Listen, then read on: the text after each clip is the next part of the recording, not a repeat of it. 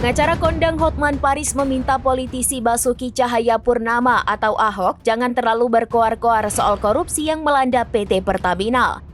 Sebaiknya Ahok lebih bijak menyampaikan permintaan maaf ke masyarakat Indonesia soal skandal korupsi yang melibatkan jajaran direksi Pertamina. Selain itu, Hotman juga menyorot gaji senilai miliaran rupiah yang diterima Ahok dari Pertamina. Sentilan Hotman soal gaji fantastis Ahok itu disampaikan melalui Instagram pribadinya pada Senin 3 Maret 2025. Hotman menyebut jangan sampai imbas kasus ini Ahok kembali masuk penjara untuk kedua kalinya. Atas hal itu, Hotman memperingatkan Ahok untuk berhati-hati dalam mengontrol mulutnya.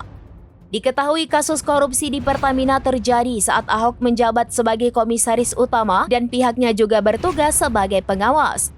Atas itu, pengacara kondang itu menerka-nerka terdapat dua jenis kesalahan yang dilakukan oleh Ahok. Di antaranya bisa karena gagal melaksanakan tugasnya atau mungkin mengetahui dan tidak diproses. Lantas Hotman menduga alasan Ahok terkesan membiarkan praktik korupsi itu lantaran ingin menikmati gaji yang fantastis. Diketahui gaji komisaris utama adalah senilai 85% dari penghasilan direktur utama. Hal itu merujuk pada Peraturan Menteri BUMN Nomor per-13/MBU/09/2021. Pada 2020 silam, Ahok sempat membocorkan besaran gajinya. Menurutnya, gaji yang ia dapatkan bisa tembus hingga 170 juta rupiah per bulan. Selain gaji, Ahok menerima bonus tantim atau insentif kerja.